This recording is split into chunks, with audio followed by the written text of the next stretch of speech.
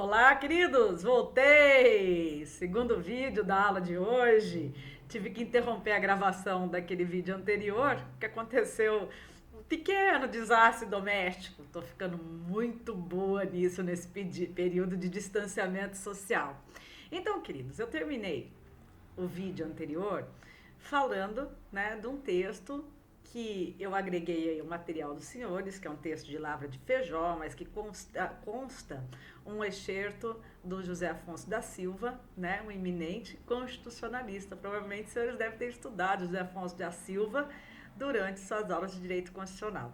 Bem, o que nos diz este texto? Resumindo, né, essa parte que está inserida no nosso material. Nós temos que a nossa Constituição Federal de 1988 foi a primeira a dedicar um capítulo inerente aos índios, regulamentador da proteção dos índios, da questão dos índios.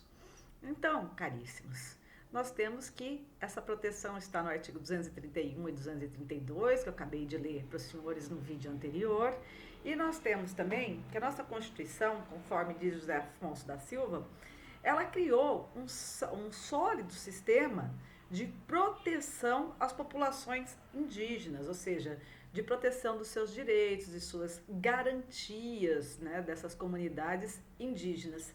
E, dentre esses direitos, nós vimos que existe a proteção da cultura indígena, de seus usos, de seus costumes, de suas tradições, de suas crenças, de suas línguas, e que ainda, outro ponto importante do que foi colocado neste texto é que nós temos que a Constituição Federal veio a superar a tradição que nós tínhamos de considerar determinados índios como incapazes ou relativamente incapazes. Porque com a Constituição Federal, nós temos que aquela separação feita no Estatuto do Índio entre índios integrados, né, em vias de integração ou comunidades indígenas isoladas, está superada. E bem, já que falamos que está superada essa diferenciação, nós temos que ver qual é o conceito de índio para o Estatuto do Índio e qual é essa separação em função da integração, que era um conceito válido, que eram conceitos válidos antes da Constituição Federal de 1988, tá? Mas o conceito de índio, né, continua plenamente válido, de índio silvícola continua plenamente válido. Então, quem são eles? São indivíduos de origem pré-colombiana ou que têm sua ascendência pré-colombiana, que se identifica e é identificado por todos como pertencente a uma comunidade étnica cujas características de cultura, né, características culturais vão distingui-lo da sociedade nacional.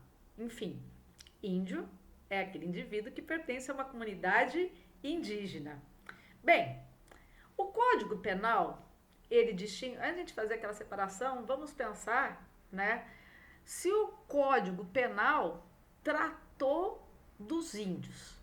Você pode folhear o Código Penal que você não vai encontrar uma remissão no Código Penal ao tratamento dos indígenas, ao tratamento penal dos indígenas. Mas se o senhor se remeter à exposição de motivos do Código Penal, os senhores vão encontrar que a exposição de motivos considera o índio como uma pessoa semi-imputável ou inimputável. Mas deixa eu advertir, nós temos que essa visão da exposição de motivos, a gente não pode esquecer que ela é de 1940, então ela já está superada pela nossa atual Constituição. Mas continuando aqui, senhores, temos que dentro do Código Civil de 1916, ora revogado pelo Código Civil de 2002, o índio ele era reputado como relativamente incapaz. Mas que se nós observarmos a redação do artigo 4º do atual Código Civil, Vocês não vão encontrar os índios naquela relação dos relativamente incapazes. Apenas nós vamos ter no parágrafo único do artigo 4º que a capacidade dos indígenas será regulada por lei especial. A lei especial que nós temos é o Estatuto do Índio, certo? Mas lembre-se que aquela questão de índios isolados, etc., etc., está superada face ao texto constitucional. Então percebam também que não consta mais do rol dos relativamente incapazes presentes no artigo 4º do vigente Código Civil, o índio. Ele não está mais incluído. Apenas é dito no parágrafo único que sua capacidade será regida por lei especial. Então vamos lá. Já observando, reforçando a observação de que aquela separação, classificação dos índios em isolados, em vias de integração e integrados está superada, mas para que nós possamos dizer que está superado, nós temos que conhecer esses conceitos, embora estejam superados. Então, para isso, nós temos que verificar o artigo 4º do Estatuto do Índio, Decreto 6.001 de 1973. Quem são os índios isolados? Queridos, são aquelas pessoas, né? Aqueles indivíduos que, adivinhem, vivem isolados, né? Ou sequer são conhecidos, né? Grupos desconhecidos nos termos do Estatuto do Índio, dos quais se possui pouco e vagas informações, que essas informações venham daqueles contatos esporádicos, né? Aqueles contatos que aconteceram 1, 2, 3, poucas vezes com as pessoas, componentes da sociedade, que o Estatuto do Índio fala como membros da comunhão nacional. Então, índios isolados são aqueles que nós não conhecemos, ou aqueles que tiveram um pouquíssimo contato com membros da comunhão nacional, ou seja, pessoas que vivem em sociedade. Os víndios em vias de integração são os café com leite, que nem a gente brinca, né? Nem pra cá, nem pra lá. São aquelas pessoas que vivem em suas comunidades, né? Guardam seus costumes, suas crenças, sua língua, mas que aceitam práticas de convivência, práticas, regras sociais inerentes aos membros da comunhão nacional, ou seja, inerentes aos demais membros da sociedade, certo? Essa sociedade que nós vivemos, né? Sociedade urbana, pode ser até rural, mas a pessoa tem este contato com a vida em sociedade, certo? E esses índios em vias de integração, eles vão paulatinamente sendo unidos, sendo integrados à vida em sociedade, aos costumes da nossa vida em sociedade, né?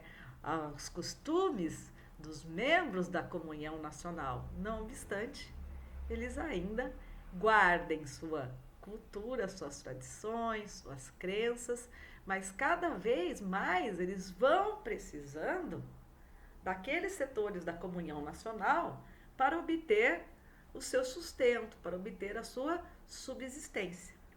Enfim, como última classificação trazida pelo Estatuto do Índio, nós temos os índios integrados, que são aqueles indivíduos que já pertencem à comunhão nacional, certo? Aos quais são atribuídos o pleno exercício dos direitos civis, ainda que nós tenhamos entre esses índios integrados o respeito por eles aos seus usos, costumes que caracterizam aquela comunidade do qual ele é proveniente. Mas cuidado, vou repetir. Após a Constituição Federal e consequente modificação do ordenamento infraconstitucional, como por exemplo o Código Civil, os índios não são mais considerados como relativamente incapazes, eles são capazes para atos da vida civil e possuem inclusive capacidade processual. Então deve ser repelida atualmente aquela, classificação em razão deste índio estar integrado ou não à vida em sociedade. Então, com esses 2 vídeos, eu me despeço dos senhores e a partir do próximo vídeo, da nossa próxima aula, aí sim, aí nós vamos falar das normas penais indígenas presentes a partir do artigo 56 do Estatuto do Índio. Me despeço dos senhores, mas deixando aqui um abraço afetuoso e cheio de saudades de vocês. Fiquem com Deus, se cuidem e cuidem dos seus. Tchau!